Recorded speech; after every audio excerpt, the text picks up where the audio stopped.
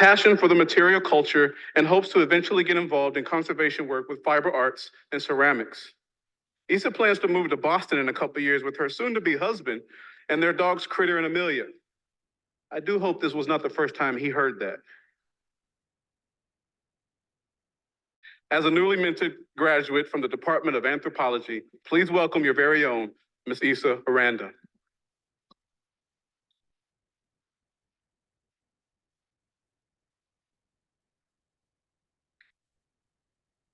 Good afternoon, ladies, gentlemen, and non-binary folk.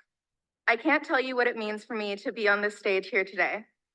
I want to start by saying thank you. Thank you to my parents, my Aunt Sil and Aunt Didi, my late grandmother Admandina Fuentes, my best friend Maddie, who flew in from Boston to be here today. We've been best friends since we were 11 or 12, and we're 24 now. And my fiance Curtis, who moved with me from San Antonio to attend UNT. All of these people have supported me emotionally, financially, and at some points physically throughout this journey of education and in life in general. I also want to thank Professor Melissa Nelson, Doctors Kelsey Lee, Andrew Nelson, Alicia Ray Cruz, Doug Henry, and Kimmy King. These people have deeply affected me throughout my time at North Texas, be it over one conversation or many, and I would not be graduating this fall without their support and kindness. Finally, thank you to Dean Bimper for giving me this opportunity. I genuinely thought about not walking today. My biggest fear is doing all of this, and then a few weeks from now, instead of getting my diploma, finding out that I didn't actually graduate. Hopefully I'm safe at this point, but you never know. My journey through college has not exactly been an easy one, and I'm sure I'm not alone in that. I started college at Lamar University out in Beaumont, right close to Louisiana, in 2017. I moved into my dorm and then almost immediately evacuated for Hurricane Harvey. If you're not familiar, Harvey was a Category 4 hurricane that displaced more than 30,000 people, prompted more than 17,000 rescues, and resulted in the loss of over 100 lives. I remember driving back about a month later and seeing the remnants of the water line up on the trees. One of the first classes I had was college algebra with Mr. Gary Bryce. It was an auditorium classroom, but he was one of those teachers who made you feel like he cared about you as an individual in the sea of faces that he saw daily. On the first day of class, he gave a profound speech about how Harvey deeply impacted the community and that it was not something to be brushed over. Losing loved ones and losing property is a huge emotional toll and is a deeply traumatic experience. The city of Beaumont lost power and water for an unknown number of days in the residual flooding. My friends at the time talked about the experience of wading through their own homes to rescue whatever personal items they could, and the experiences of community organizing, rescuing people and animals using boats to go down neighborhood streets. Mr. Bryce made a point to talk about the loss of personal items as being worthy of attention. Because the thing is, your stuff isn't just stuff. It's a tangible collection of your life. Don't let anyone tell you otherwise.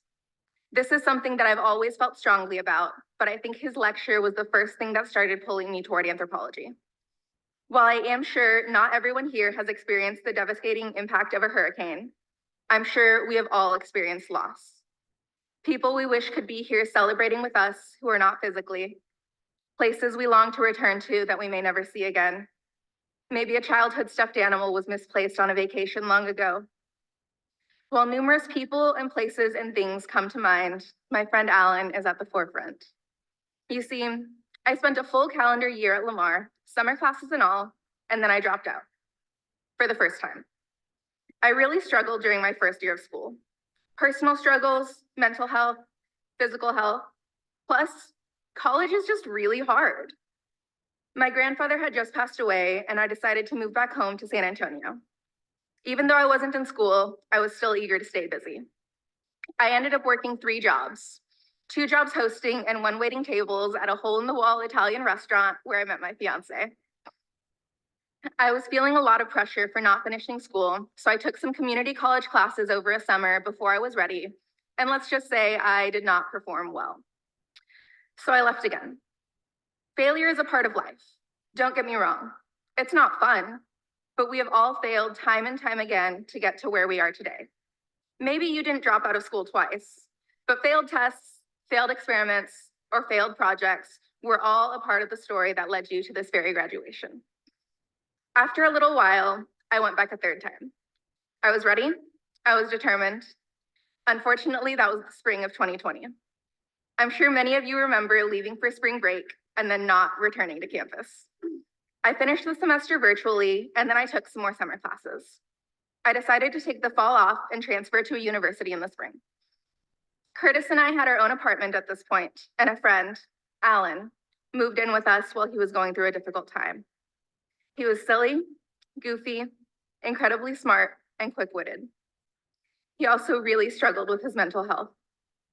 He had just graduated college and couldn't seem to find his place in the world. Alan helped me with my application essay for UNT. On September 11th, 2020, he ended up taking his own life.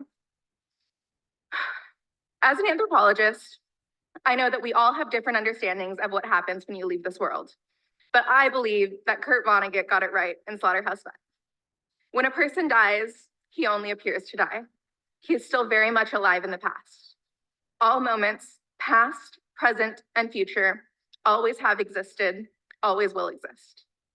Whatever it is you believe, we are the amalgamations of the impacts people have made on us. Your loved ones are alive in your heart and mind. Despite all this hardship, I got into UNT. Curtis and I moved to DFW in November 2020. In the spring of 2021 was my first semester here. I'm sure you all remember Snowvid. At least we got a break from class. Thankfully, our apartment is equipped with a fireplace, so we piled up all of our pillows and blankets in the living room and snuggled around the fire for days. I chose UNT because it's a really good school for non-traditional students. I never felt like I was alone in my experience. I never felt like my life experience was dismissed. Like many of you, my mental health has been a constant struggle for me throughout my life. This past spring semester, I was having a particularly bad brain day, and to try to shake myself out of the funk, I went to the dog park with a friend to get some sunshine and watch my dogs play. I always try to be vigilant at the dog park because you see, my knees are more wiggly wobbly than the average bear. Well, a pack chase ran right in between Katie and me and knocked my knee clean out of place, and I collapsed on the ground. I couldn't put my knee back into place, and I ended up having to go to the hospital. That was the third time that my left knee was dislocated. I was put in a knee immobilizer, and a few weeks later, I had to have knee surgery. I was 23. I live on the third floor of a walk-up, so my darling fiance had to carry me. I couldn't work for 3 months and was virtually trapped in my apartment most of that time. A few things kept me going during these months. My aforementioned darling fiance, my dear friends who kept me company, my teachers who helped me along the way. But one story replayed over and over again. Dr. Alicia Ray Cruz talks about when she was doing her doctoral work in the cornfields in Chancon. The physical and mental work was incredibly difficult, and she said pride was the main thing that kept her going. It was really hard, but her pride is what pushed her to stick it out and finish. She had to do it, and I deeply resonate with that. We didn't come this far to only come this far. Throughout all these trials and tribulations, including those that I had to cut for time, you may be wondering what stuck this time. Why this time, of my past 2 attempts at college, did I stick it through? What led to me being here now? For most of us, the list starts off the same. Friends, family, coffee, Fry Street. But I think it's important to acknowledge the power of the specific education we got. I want to talk about the value of a liberal arts education. That's why we're here after all. Liberal arts prepares us for teamwork, equity, and inclusion. It teaches us how to consider context and adapt appropriately, because nothing ever happens in a vacuum. We're taught to think critically and communicate well. Dr. Martin Luther King Jr. said, "We must combine the toughness of a serpent and the softness of a dove, a tough mind and a tender heart." A liberal arts education empowers us to do just that. The liberal arts gives us the tools to reckon with what it means to be human, and we are charged with the responsibility to become the best versions of ourselves in order to help our communities and do good in the world. We have been granted the vision to see through the systems of power and understand the mechanics of how injustices have been systematically created, replicated, and maintained across space and time. There's so much work to do. It is our responsibility to write, sing, perform, create, and imagine. Our understanding of what it means to be human is vitally important to how we address many of the grand challenges facing our world today. We're taught the importance of spending time on the fringes of society. If you'll indulge me in quoting my favorite author again, Kurt Vonnegut wrote in Play Your Piano, "I want to stand as close to the edge as I can without going over. Out on the edge, you see all kinds of things you can't see from the center." At this point in a speech, many other people would tell you that you are leaving the safety of college and entering the real world. It kills me when people talk about the real world, because you know what? This is the real world. When people say the real world, they mean a place less kind, less forgiving, less understanding. Instead, I wish to impart you with this. We are the ones making the world around us, the communities we and our children will grow up in. Community is so important, and it is our responsibility to be good community members to one another. Capitalism really tries to pit us against one another, but remember, your neighbor is not your enemy. Jeff Bezos is. At the end of the day, all I hope is to make my community proud. UNT grads, I think that you and I have, and I hope that we continue to do so. Thank you.